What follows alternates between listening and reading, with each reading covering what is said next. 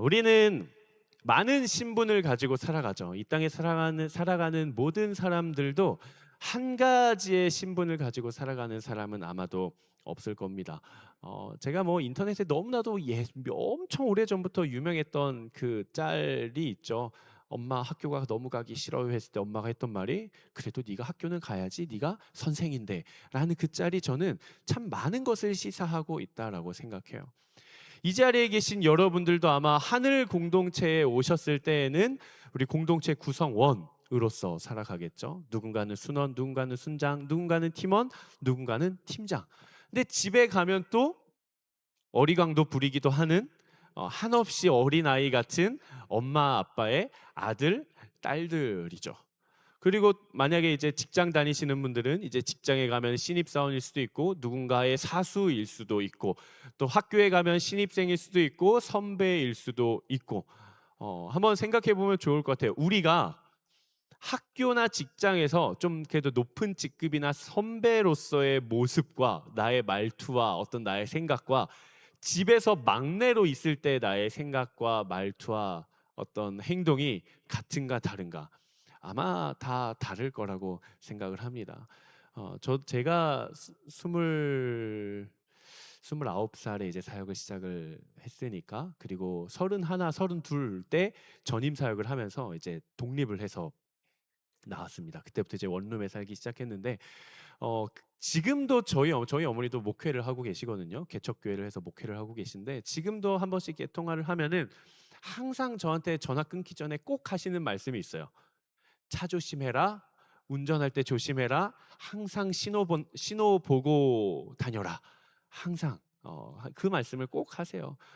제 나이가 38이고 이제 1년 좀 더 있으면 저도 이제 40이거든요.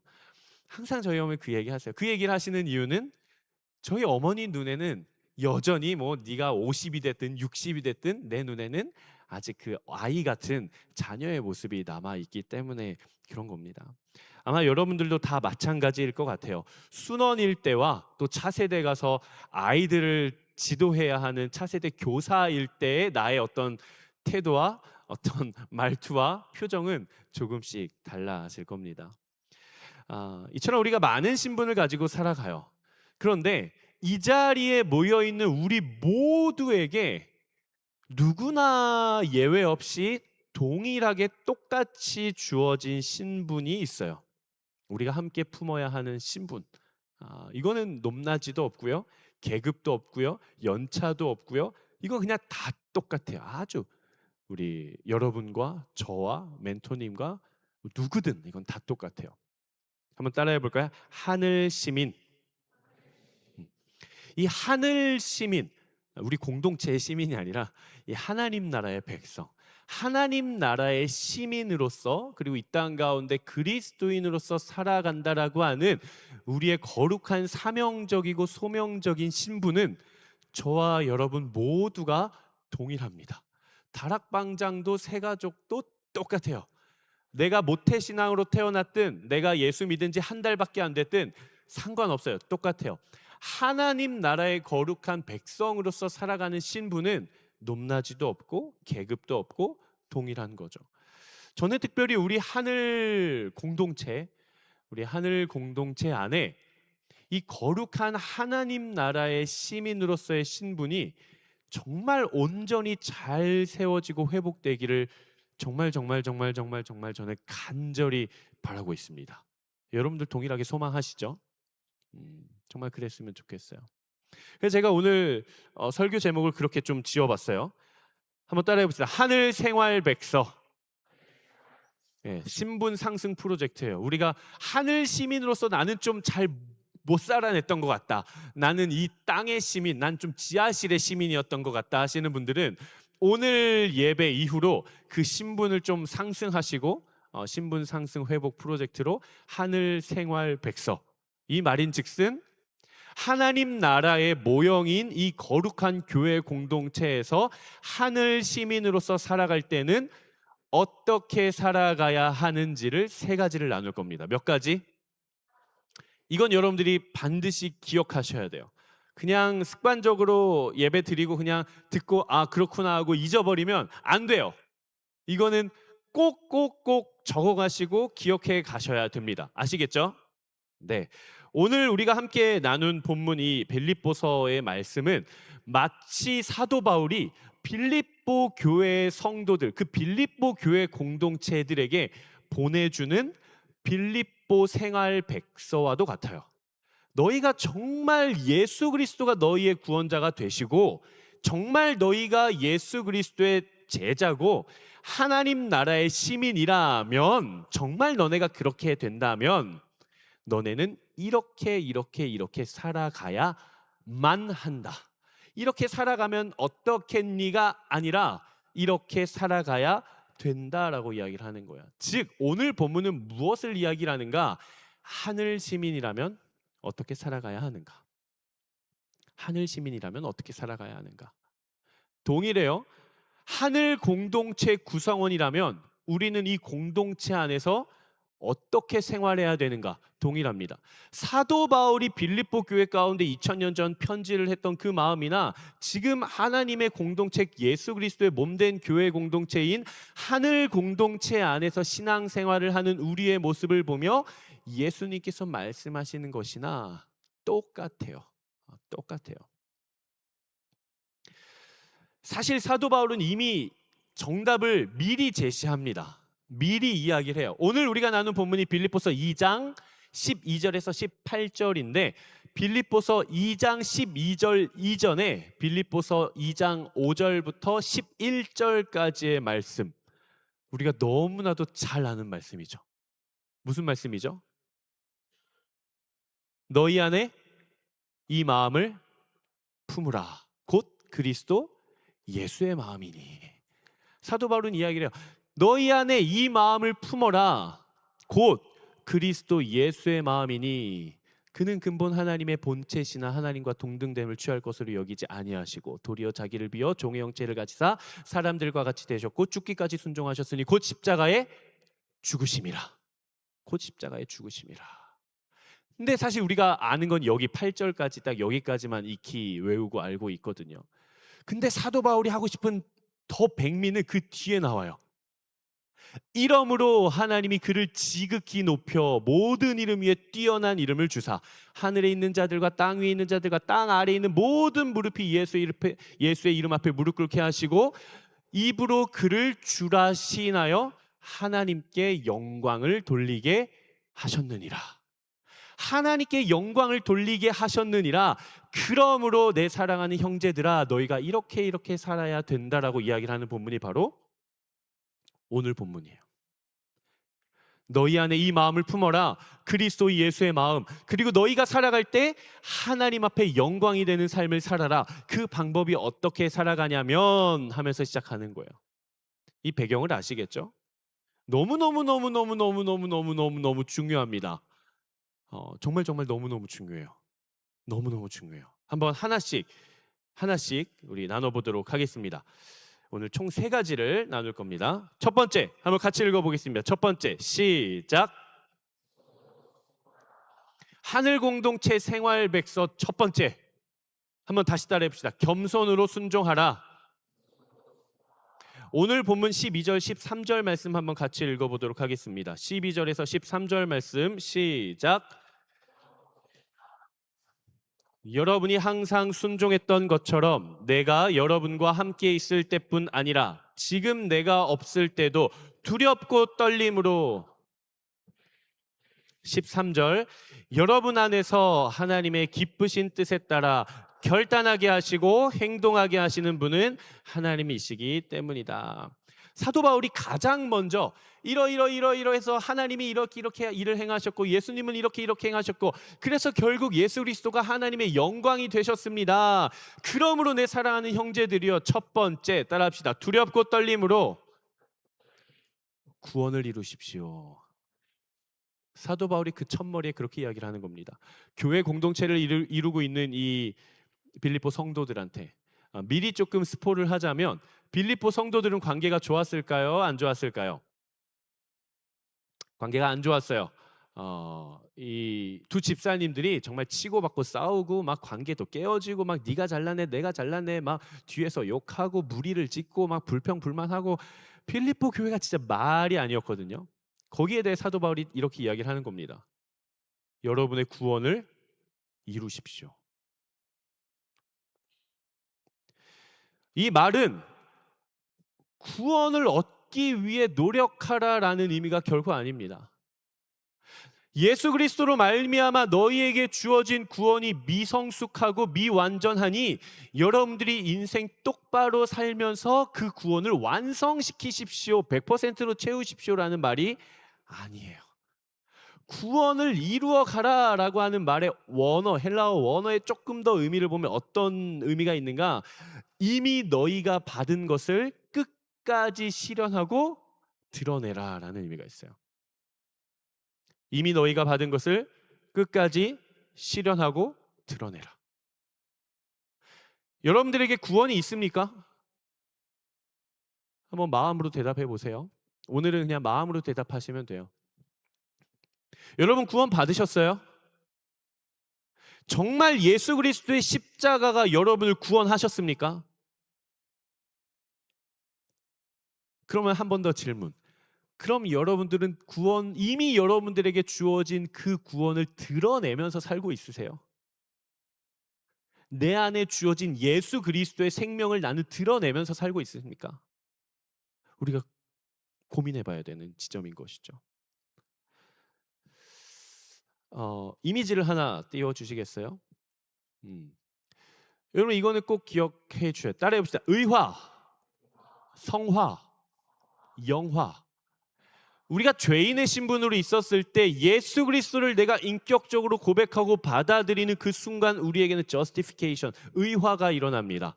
내가 여전히 죄인이지만 하나님이 나를 어떻게 받아주시겠다라는 거예요. 내가 너를 의롭게 여겨줄게. 너가 여전히 죄인이지만 내가 너를 의롭게 여겨줄게. 제가 아이패드를 충전을 못하고 와서 분명히 올라올 때 17%였는데 10%로 만약에 꺼지면 설교 끝나는 겁니다.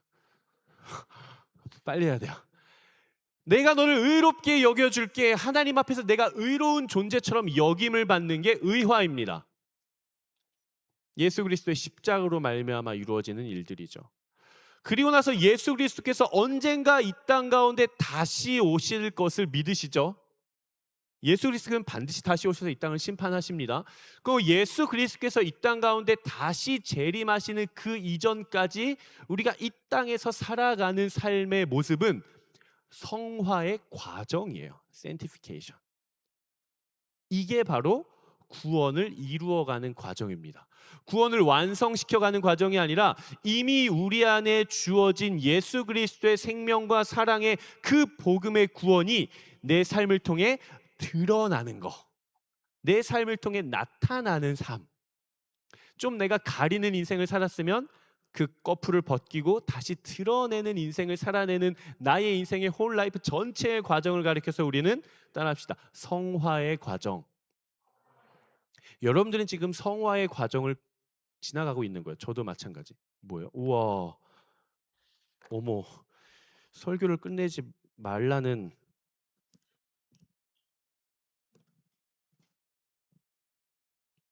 어차피 끝낼 생각은 없었어요. 원고를 뽑아왔거든요. 저는 제이잖아요. 혹시 끝나면 이거 보고 해야자고 해갖고 왔는데 할렐루야, 충전 중이네요. 마음 편히 할 수 있을 것 같아요. 그리고 나서 우리가 성화의 과정을 지나오고 나서 예수 그리스도께서 이 땅 가운데 다시 오시는 그 순간 죽은 자나 살아있는 자나 새로운 몸을 입고 하나님 앞에 영광스러운 모습으로 변모하게 됩니다. 우린 그걸 가리켜서 영화라고 이야기를 해요. 글로리피케이션. 하나님 앞에 영광스러운 모습으로 내가 영광스러운 존재가 되는 게 아니라 우리의 변화된 모습을 통해 하나님 앞에 영광을 드러내는 존재들. 그래서 우리가 이 땅 가운데 살아내는 것은 그냥 그리스도인이니까, 그냥 교회 다니니까 착하게 사세요, 착하게 사세요, 그런 율법적인 내용이 아니라 정말 당신 안에는 예수 그리스도의 생명이 있는가라는 아주 복음적이고 본질적인 질문을 하는 거예요. 이러한 성화의 과정 속에 있는 성도들을 향해서 사도 바울이 뭐라고 이야기를 하는가? 구원을 이루어 가라. 근데 구원을 이루어 가는 태도가 있어요. 어떤 마음으로 구원을 이루어 가래요? 오늘 본문을 보니까 두렵고 떨림으로. 기분 좋게 그냥 만족하면서 구원을 이루어 가십시오가 아니라 두렵고 떨리는 마음을 가지고 구원을 이루어 가래요. 그러니까 소위 쉽게 말하면은 너네가 이 땅 가운데 또 교회 공동체 안에서 믿는 자로 살아갈 때에는 두렵고 떨림이 있어야 된다라는 거예요. 이 두렵고 떨림은 귀신 봤을 때 두렵고 떨린 그런 무서움이 아니라, 그런 공포가 아니라, 이 세상 모든 만물을 창조하신 광대하신 하나님 앞에 섰을 때의 경외감을 나타냅니다. 경외감.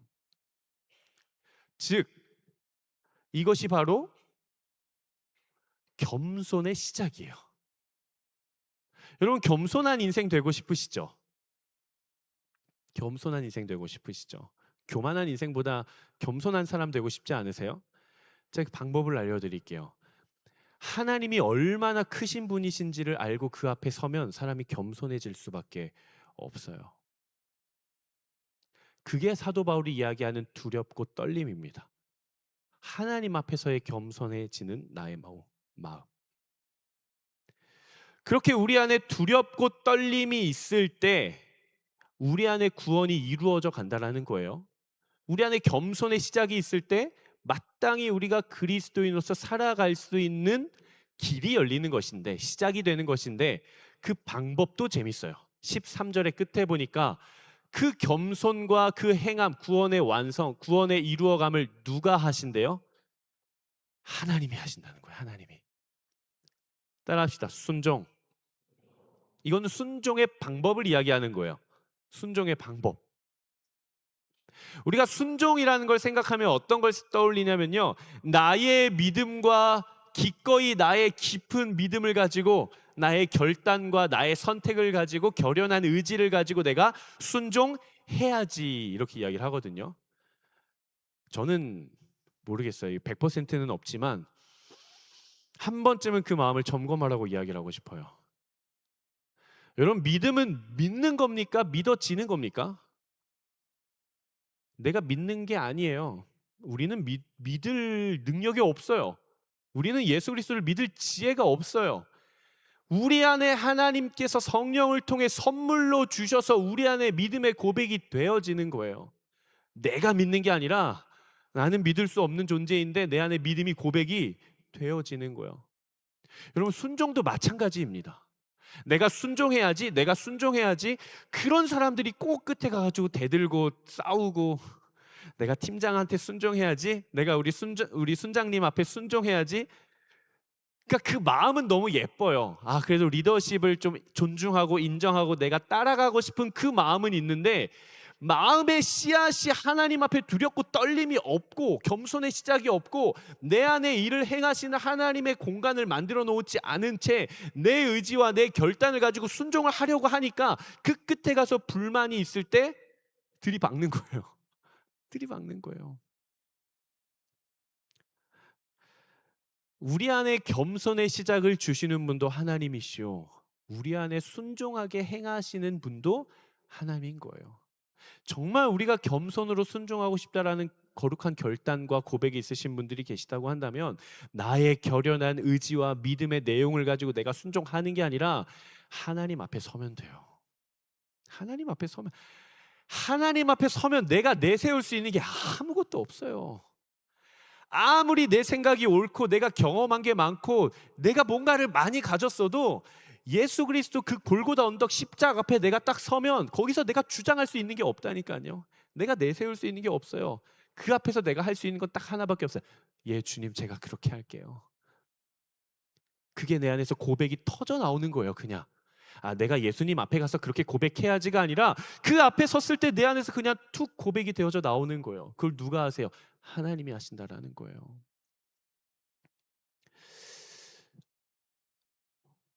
청년의 때는 어떤 시기인가? 우리가 이 자리에 계신 모든 분들이 다 20대잖아요. 존산이 30대죠? 저 30대입니다. 이 자리에 있는 600명 중에 30대는 2명이에요. 그리고 우리 멘토님들은 그 이상 인생의 지혜가 훨씬 더 많으신 분들. 교역자 멘토를 제외한 모든 이 자리에 계신 모든 분들 다 20대잖아요. 20살부터 29살까지의 인생. 여러분 20대 청년의 때는 어떤 시기인가요? 무엇인가를 완성시키고 무엇인가를 이루고 성공하는 시기인가요? 아니요, 그렇지 않아요. 20대 청년의 때는요, 실패하더라도 배워가는 시기입니다. 내가 위대한 순종을 이루기보다 아주 작은 것에 순종하는 훈련을 하는 시기예요. 우리 순원들, 순장님 말 잘 들으셔야 돼요. 여러분들의 위대한 인생은 바로 거기서부터 시작이 되는 거예요. 우리 순장들, 다락방장들의 이야기를 잘 들어주셔야 돼요. 여러분 꼭 기억하십시오. 하나님의 일하심은 반드시 질서를 통해 일하십니다. 하나님은 질서를 전복시키면서 일하시지 않으세요. 하나님은 연합과 질서를 통해서만 일하십니다. 사단은 반대예요. 사단은 정확하게 반대예요. 사단은 질서를 역전시켜요. 사단은 관계를 깨뜨려요. 사단이 일하는 방법은 명확해요. 관계의 깨어짐과 분열과 질서의 전복. 사단은 이걸 통해 일해요. 하지만 하나님은 반드시 질서를 통해서 일하십니다.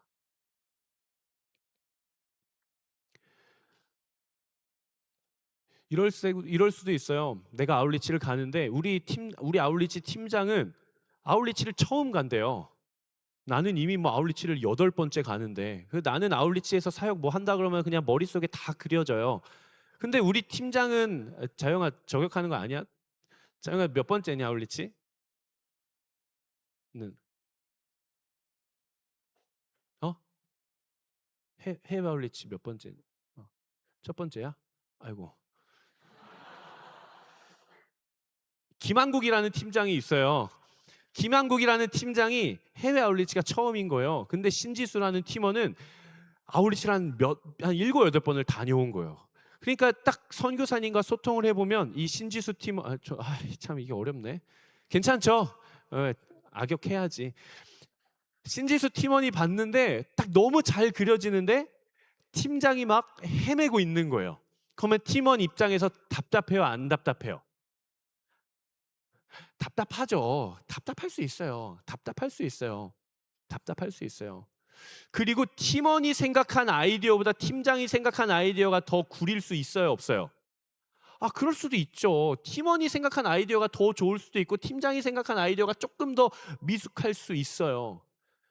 근데 여러분 이때가 중요한 거예요. 답답할 수 있고요. 속이 터질 수는 있어요. 근데 이때 여러분들의 생각을 고쳐야 돼요.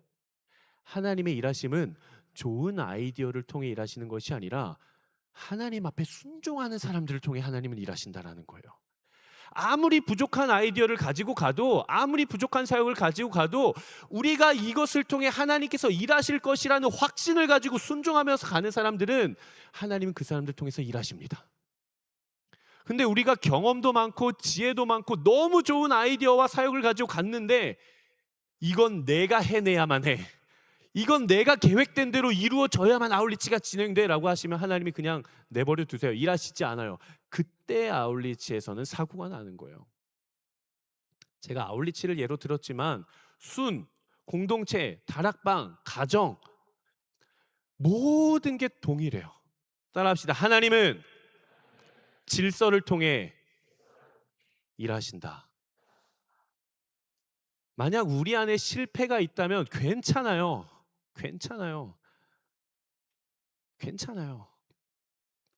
배워가는 시기예요. 정말 최악은 내가 하나님의 질서 앞에 순종하지 않았구나를 깨달았음에도 불구하고 자존심 부리면서 하나님 앞에 엎드리지 않았을 때, 그때가 최악이에요. 그때는 실패도 했는데 배워가는 것도 없고 성장해가는 것도 없어요. 너무 안타까운 일이죠. 실패를 두려워하지 마십시오. 다만 그 실패를 인정하고 하나님 앞에 회개하고 하나님 앞에 엎드림으로써 배워가고 성장하고 성숙해져 가면 되는 겁니다. 하나님은 반드시 질서를 통해 일하십니다. 하나님 앞에 두렵고 떨림으로 겸손으로 순종할 수 있는 여러분 되시기를 축복합니다. 그래서 제가 이번에는 실천도 가지고 왔어요. 첫 번째 실천, 한 주 동안 3가지 순종해보기. 순장의 이야기, 다락방장 이야기, 엄마, 아빠 다 좋아요. 나보다 리더십인 사람, 나보다 리더십인 사람의 말에 딱 이번 한 주 동안 몇 가지? 세 가지. 어렵지 않죠? 그 대신 약속, 아주 작은 거, 아주 작은 요소에 세 가지 순종해 보기. 해보셔야 돼요. 네, 우리 두 번째 한번 같이 보겠습니다. 두 번째 한번 같이 읽어보겠습니다. 시작. 네, 하늘 공동체 신분 상승 프로젝트 생활백서 두 번째 빛으로 살아가라. 오늘 본문 14, 15, 16절 한번 읽어보도록 하겠습니다. 우리 세 절 말씀 시작. 이는 여러분이 흠없고 순전한 사람들이 돼 뒤틀리고 타락한 세대 가운데서 책망받을 것이 없는 하나님의 자녀들로서 세상에서 하늘의 별들처럼 빛나게 하려는 것입니다. 생명의 말씀을 꼭 붙들어 그리스도의 날에 내게 자랑이 되게 하십시오. 이는 내가 헛되이 다름질하거나, 쉽게 말하면 이 얘기를 하는 거예요. 사도 바울이 빌립보 교회 성도들한테, 빌립보 공동체한테, 내가 여러분한테 수고한 모든 것이 헛되지 않고 내가 정말 진심을 다해 여러분들을 아끼고 섬겼으니 여러분들은 나의 자랑이 되어야 합니다. 타락한 세대, 뒤틀리고 타락한 세대 가운데에서도 여러분들만큼은 저 밤하늘에 빛나는 별들이 되셔야 됩니다. 라고 이야기를 하면서 사도 바울이 두 번째를 이야기합니다. 따라해 봅시다. 불평이나 분쟁 없이 하십시오. 불평이나 분쟁 없이 하십시오. 타락한 세대 가운데 하나님의 자녀들로서 하늘의 별들처럼 살아갈 수 있는 방법에 대해 사도 바울은 말에 대한 이야기를 합니다. 말.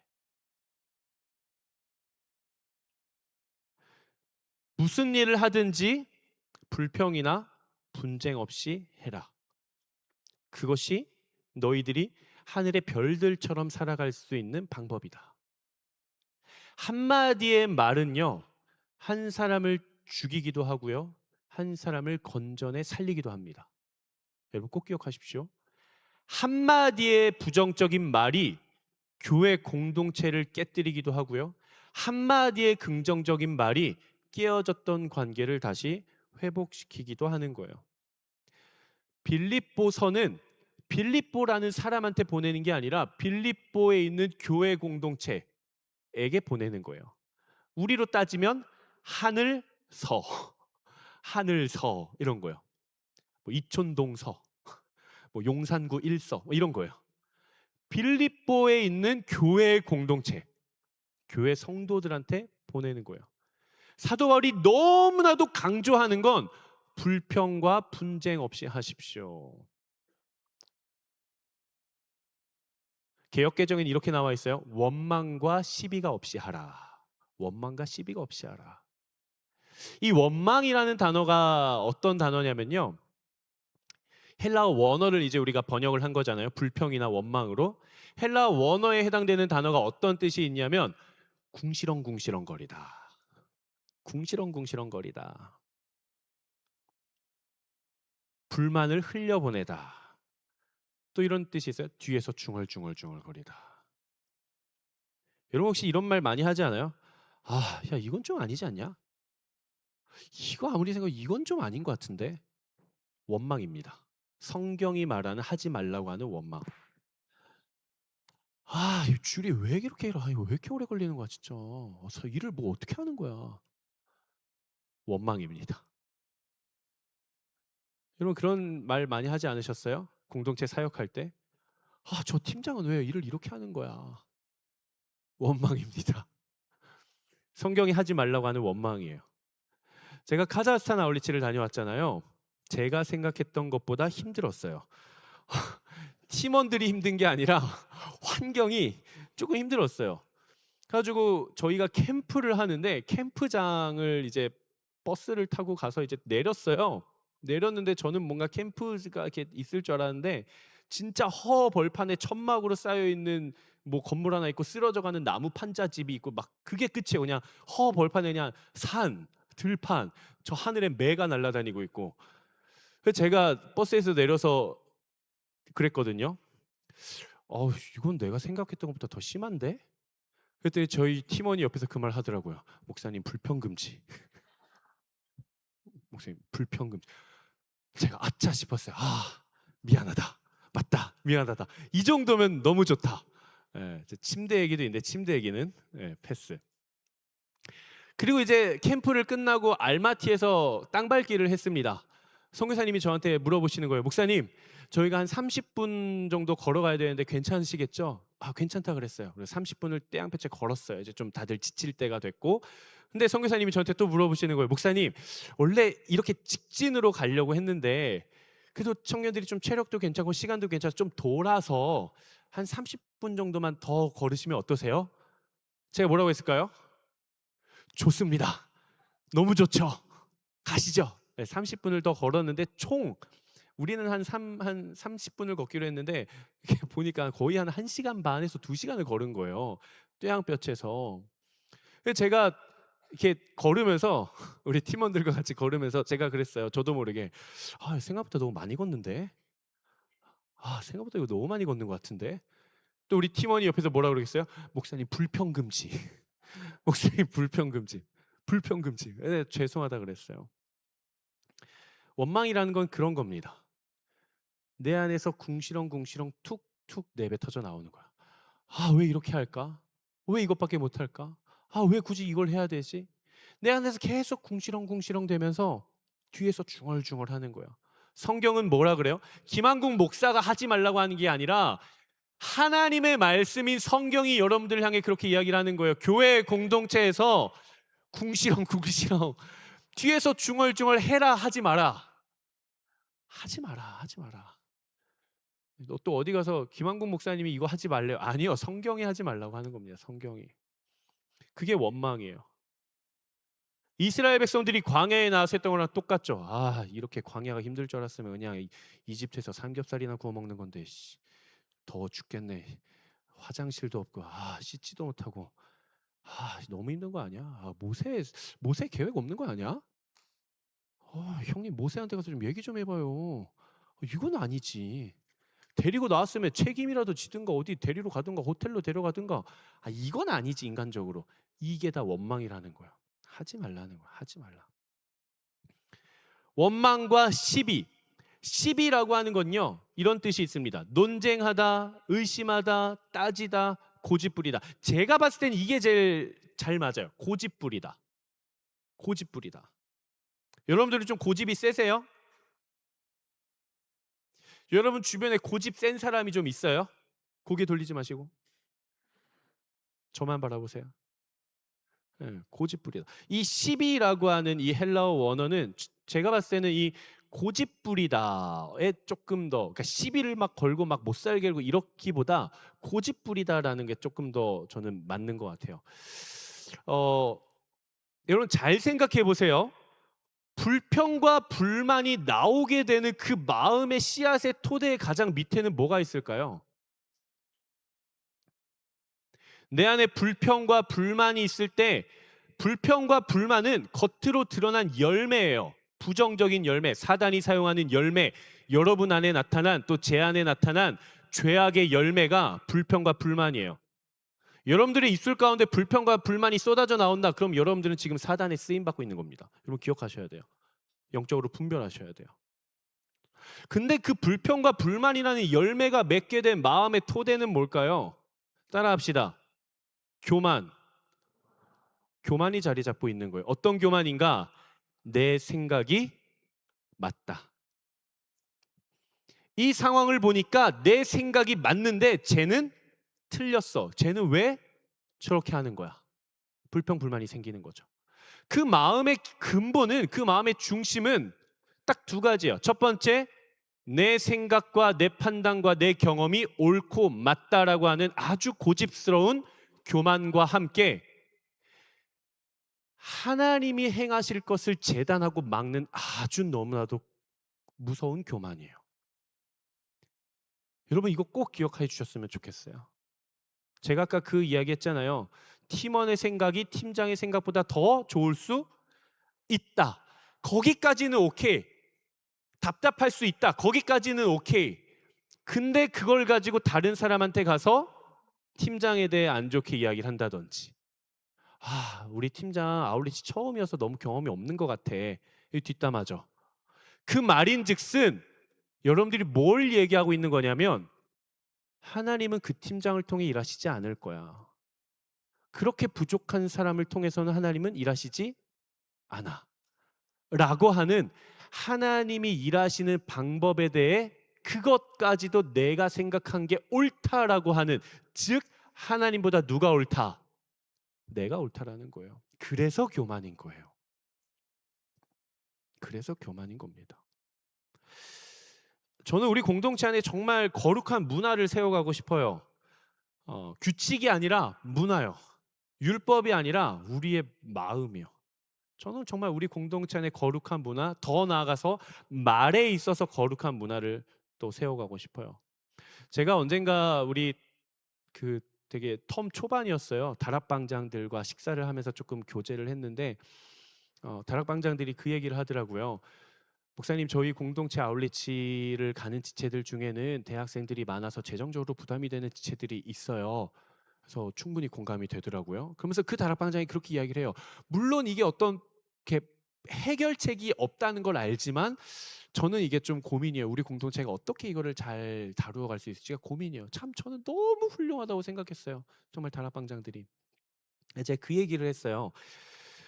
제가 이전에 공동체에 있을 때 아울리치 시즌에만 하는 아울리치 무브먼트가 있었어요. 아울리치 보내버리기 무브먼트. 아울리치를 보내버리는 거예요. 직장 다니는 고기수들은 오히려 재정적인 여유는 있어도 시간이 없어요. 그들은. 근데 학생이거나 아직 취업 준비생들은 시간은 많은데 재정이 없어요. 너무나도 완벽한 조화 아닙니까? 그래서 제가 그렇게 이야기를 했어요. 그 전 공동체에서 직장 다니는 모든 여러분들이 아울리치를 못 가면 여러분이 가고 싶은 그 국가의 회비만큼 한 사람을 보내버려라. 아울리치 플로잉 해라. 단돈 10,000원이든 50만 원이든 100만 원이든 200만 원이든 300만 원이든 하나님 앞에 기도하면서 주시는 마음대로 여러분들이 그 사람에게 흘려보내라. 그러면은 은혜에는 스노우볼링이 있거든요. 그 은혜를 받은 지체들은요, 기억을 해요. 그래서 내가 언젠가 또 연차가 쌓이고 고기수가 되고 직장 생활 할 때에 또 후배가 있을 거잖아요. 그러면은 은혜는 반드시 흘러가요.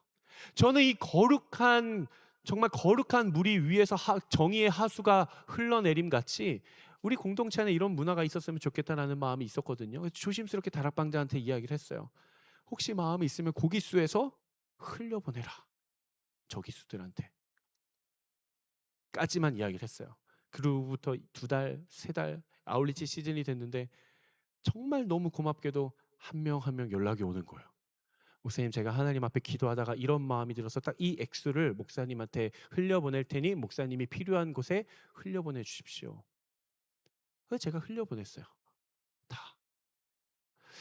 저는 우리 하늘 공동체 안에 정말 거룩한 문화가 세워졌으면 좋겠어요. 단순히 플로잉해라, 재정적으로 흘려보내라 그런 이야기라는 것이 아니라, 여러분들이 생각했을 때 뭔가 불평 불만이 나와도 합법인 것처럼 여겨 보이는 그런 순간들이 있을 때 여러분들의 입에서 누군가를 세워주고 누군가를 살리고 누군가를 인정하는 그런 말이 나왔으면 좋겠습니다.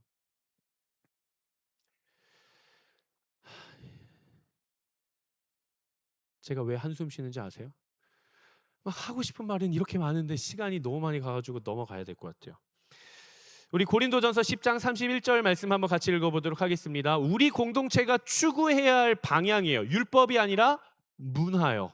방향성이에요. 비전이에요. 한번 같이 읽어보겠습니다. 시작.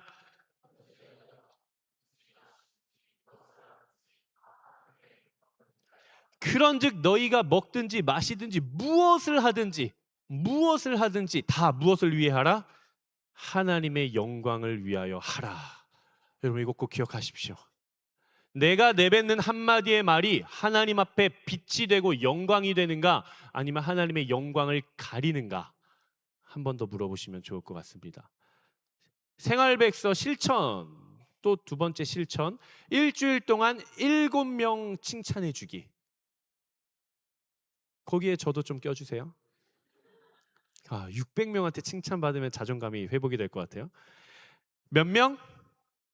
7명. 이번 일주일 동안 살아갈 때 우리 다음 주 주일 예배 여기서 모이기 전까지 여러분들의 삶의 자리에서 7명한테 칭찬해주고 오는 거예요. 아시겠죠? 자, 마지막 세 번째는 빨리 하고 마무리하겠습니다. 시간이 많이 가서 세 번째 같이 읽어보겠습니다. 시작. 하늘생활백서 세 번째 마지막 목적을 분명히 하라입니다. 오늘 본문 17절 18절 말씀 17절 18절 말씀 한번 같이 읽어보겠습니다. 시작.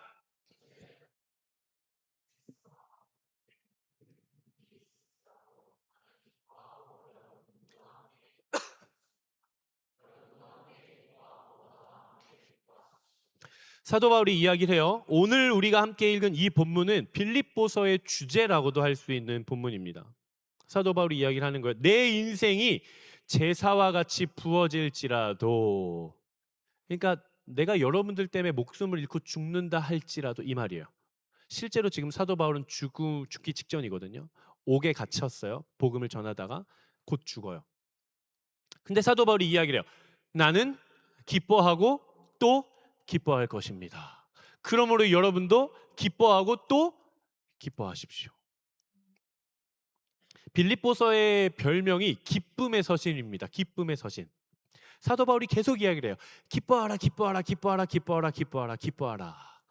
근데 지금 기뻐할 수 있는 상황일까요? 빌립보 성도들이 초상집이에요. 초상집.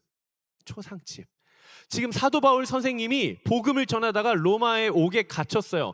지금 목이 댕강 오늘 밤에 날아가도 전혀 이상하지 않은 상황이에요. 또 우리 빌립보 성도들은 로마의 통치 식민 아래에 빌립보가 있었기 때문에 까딱 잘못하면 우리 싸그리 다 잡혀가서 전체 다 처형당해요. 근데 우리끼리 마음을 모아도 모자를 파네. 서로 네가 잘났네, 내가 잘났네. 우리 유두고 집사님과 순두개 집사님이 싸우고 있는 거야. 아무래요. 희망도 없어요. 절망도 없어요. 기뻐하고 감사할 수 있는 것이라고는 아무것도 없어요.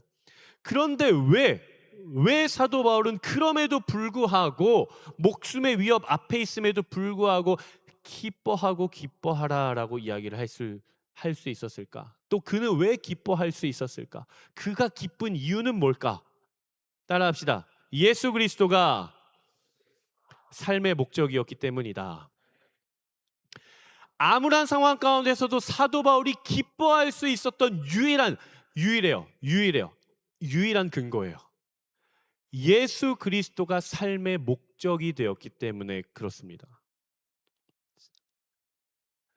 지금 사도 바울은 복음 전하다가 죽기 직전이에요. 옥에 갇혔어요. 근데 사도 바울이 빌립보서 1장에서 뭐라고 이야기를 하냐? 12절 18절 말씀이에요. 복음 전하다가 옥에 갇힌 사도 바울이 빌립보 교회 성도들한테 이야기를 하는 겁니다. 이렇게 이야기를 해요.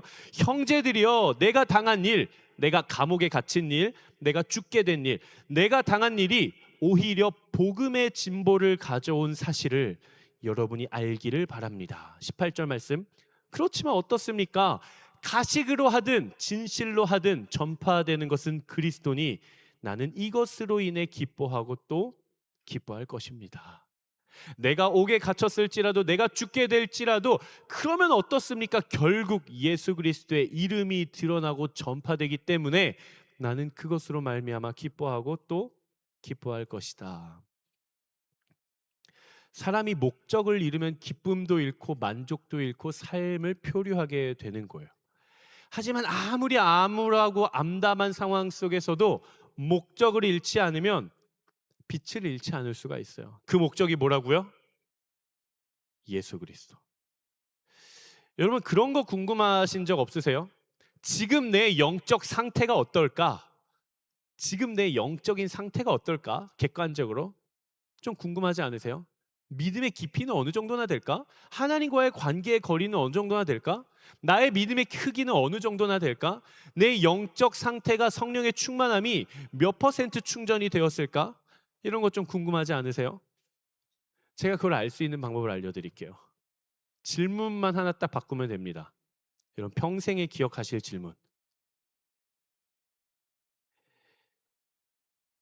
내 안에 예수 그리스도로 말미암은 기쁨과 감사가 있는가?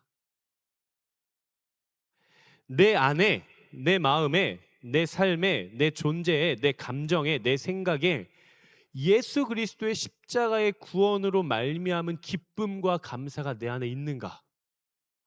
만약 여러분 가운데 기쁨과 감사가 아무것도 없다라고 한다면 여러분들의 영성은 바닥입니다. 영적인 상태는 최악이에요. 근데 삶은 정말 너무 어려운데 내 안에 기쁨과 감사가 차고 넘쳐요. 그러면 여러분들은 성령 충만한 상태에 있는 거예요.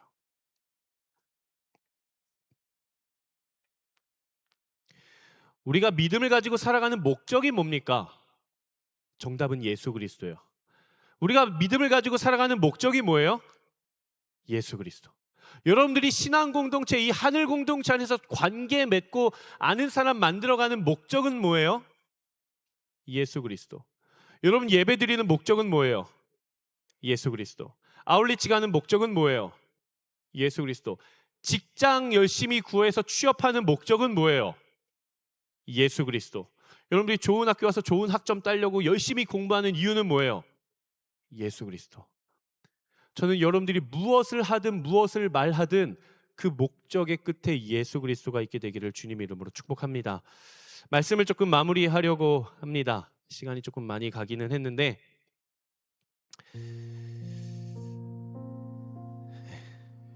정말 빌립보 성도들을 정말 애끓는 마음으로, 정말 가슴으로 낳은 자식이잖아요. 빌립보 성도들이 사도 바울에게 있어서 정말 가슴으로 마음으로 낳은 자식들이거든요. 자녀들. 저한테 여러분이 그렇거든요. 정말 하나라도 더 배우고 하나라도 더 경험하고 하나라도 더 하나님 사랑 알았으면 좋겠고 교회를 경험했으면 좋겠고 그 마음이 제 안에 막 가득해요. 그러다 보니까 마침 이런 주제의 내용의 설교 본문이 주어져서 제가 처음에 원고를 썼더니 10장인 거예요. 막 줄였어요. 말이 조금 길어졌긴 했습니다. 부족한 사람이 말이 길어졌나 보다라고 생각해 주시면 좋을 것 같아요. 여러분 꼭 기억하십시오. 우리에게 이미 주어진 구원을 이루어가는 사람은 하나님 앞에서 겸손히 순종하게 됩니다.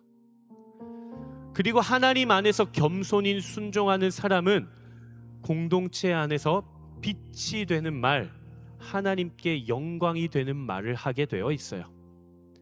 그리고 그렇게 빛으로 살아가는 사람은 상황이 아닌 예수 그리스도를 목적으로 살아가는 기쁨과 감사를 누리게 되어 있어요.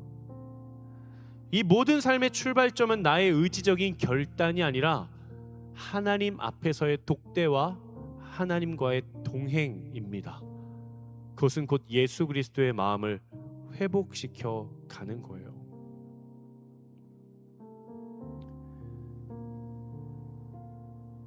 예수 그리스도의 이름을 붙들고 순종하며 겸손으로 사람을 살리며 나아가는 공동체는 세상 가운데 반드시 빛나게 되어 있어요. 그 공동체는 반드시 하늘의 빛이 됩니다. 세상이 줄 수 없는 하늘의 찬란한 기쁨과 평안과 만족과 감사가 우리 안에 넘쳐나게 될 거예요. 우리가 이 생활 백서대로 살아가기만 한다면 세상이 줄 수 없는 그 유일한 만족과 평안과 기쁨과 감사가 넘쳐나는 그 공동체, 그 공동체를 가리켜 우리는 뭐라고 이야기를 하냐? 우린 그걸 가리켜서 하나님 나라라고 이야기를 하는 겁니다. 저는 우리 하늘 공동체가 하나님 나라가 되었으면 좋겠습니다. 사람을 살리고 사람을 인정하고 사람을 세워줄 수 있는 우리 모두가 되기를 주님의 이름으로 축복합니다. 이 시간 우리가 함께 찬양하고 같이 기도했으면 좋겠는데요. 하나님이 정말 내 인생의 목적이 되어 주셔서 내가 정말 저 밤하늘의 찬란한 하늘의 빛처럼 별처럼 살아갈 수 있는, 그래서 우리 공동체가 정말 하나님 나라를 미리 맛보아 경험할 수 있는 우리 모두가 되게 하여 주시고 그러한 내 자신이 되게 하여 주시옵소서. 이런 마음의 결단과 고백이 있으신 분들 우리 함께 자리에서 함께 일어나 보시겠습니다.